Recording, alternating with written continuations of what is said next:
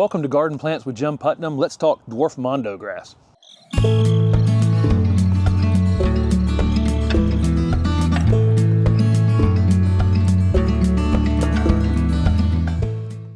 This is Ophiopogon japonicus Nanus, otherwise known as Dwarf Mondo Grass, commonly known as Dwarf Mondo Grass. This is typically used frequently used as a lawn alternative in part shade or shade areas. This is about as tall as it'll ever get. It spreads by underground stolon, has really rich dark green foliage. It gets kind of an insignificant flower spike that's followed by kind of a metallic blue fruit on it. Typically you'll see those in the winter time showing off. Not quite necessarily as showy as some of the taller Mondo grasses, but this one has this incredibly compact form. And again, for light traffic, you know, if you have a shade space that you're looking for a lawn alternative and you're not going to necessarily need to put a lot of foot traffic on it, this Dwarf Mondo grass may be for you. Dwarf Mondo grass is hardy in zones 6 to 10, maybe even 6 to 11. It'll reach 3 inches in height or so. You typically see, you know, in these little containers where they have completely filled in like this, they are forcing themselves slightly higher. You'll probably notice if this plant didn't have that competition next to it, it probably wouldn't be even quite that tall. But it does have that competition, so that will raise the height on it eventually just a bit, maybe as tall as 5 or 6 inches, without even kind of noticing that the whole group has kind of elevated itself in time. But given a little bit of space like this, it tends to be, you know, 2 inches in height, something like that. These are going to be used in between rocks, in rock gardens, along streams, banks, any place again a lawn alternative, any place you're trying to fill in a little gap that you'd rather have this super interesting plant than a weed.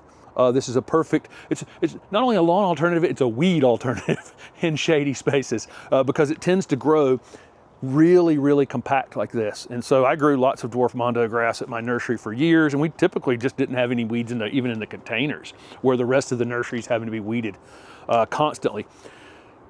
Always got the question, how far apart do you plant them? Okay, so this is going to be a very slow growing ground cover. Ultimately, you know, each of these little containers may, you know, get a third wider, you know, each year. So I always said it's a lot of times, if you're trying to create a thick lawn, it's really going to be up to your budget in some ways as to how close you're going to plant these together. I could plant them this far apart and it's going to be a long time before they're filled in, or I could plant them this far apart and it's really, again, up to your budget.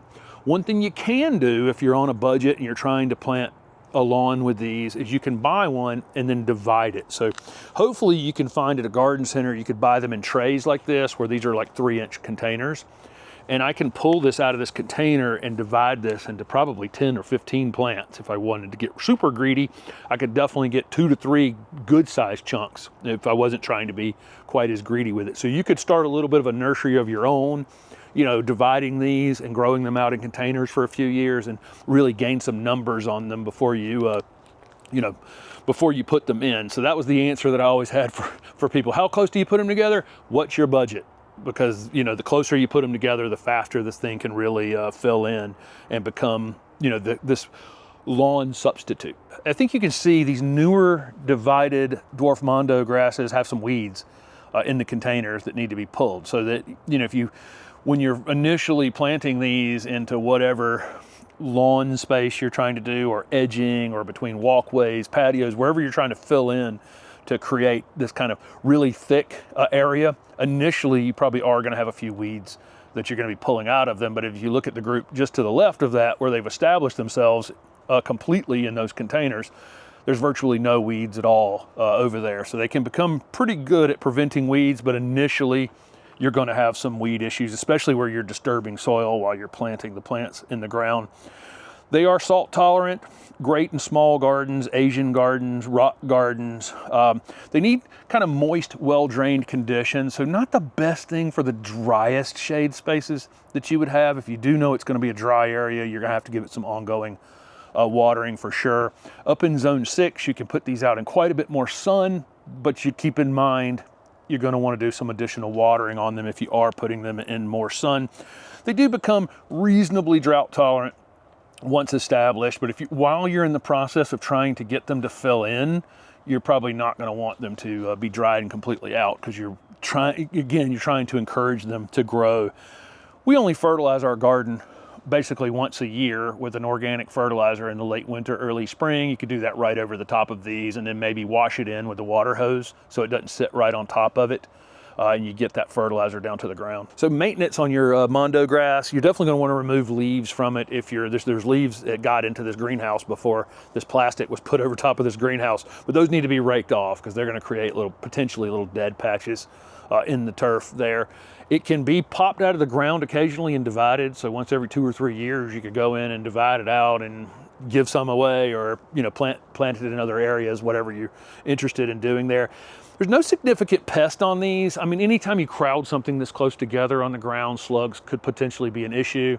They're deer resistant, and typically rabbits don't mess with this, but rabbits tend to eat things that are unpalatable to stay in safety. So that's what I'm going to say. So there's where we consider Mondo grass as kind of rabbit resistant. There's Mondo grass in here that's been eaten because it's in this house. And so there's not an owl flying over my head. I'll eat something that I don't particularly like. So keep in mind, I've had a lot of things that rabbits eat in the garden that deer won't eat because they are I think they get into a protected space. But there you go. It's really, really, really super easy. Great alternative. There's so this is Dwarf Mondo. There's variegated Mondo, upright Mondo, black Mondo, all kinds of different Mondo grasses we can use. And you can use this in combination with those. If you can use a slightly taller one bordering this, that can create an interesting look as well on these grass-like plants. But any Asian garden we ever go in, we're going to see lots of Dwarf Mondo being used in between stones and patios and that kind of thing. So Dwarf Mondo grass. Thanks for watching.